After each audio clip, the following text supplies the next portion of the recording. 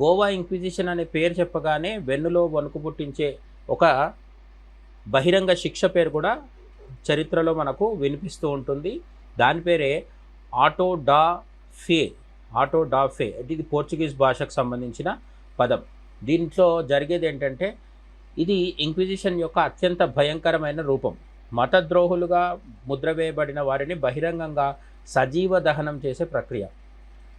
ఎవరైతే క్రిస్టియానిటీని సంపూర్ణంగా పాటించారో, లేదంటే సంపూర్ణంగా పాటించినప్పటికీ వాళ్ళ మీద ఎవరి మీదైనా అనుమానాలు కలిగితే ఈ పోర్చుగీస్ సైన్యాలు వాళ్ళని సజీవంగా అందరి ముందు దహనం చేసేవి.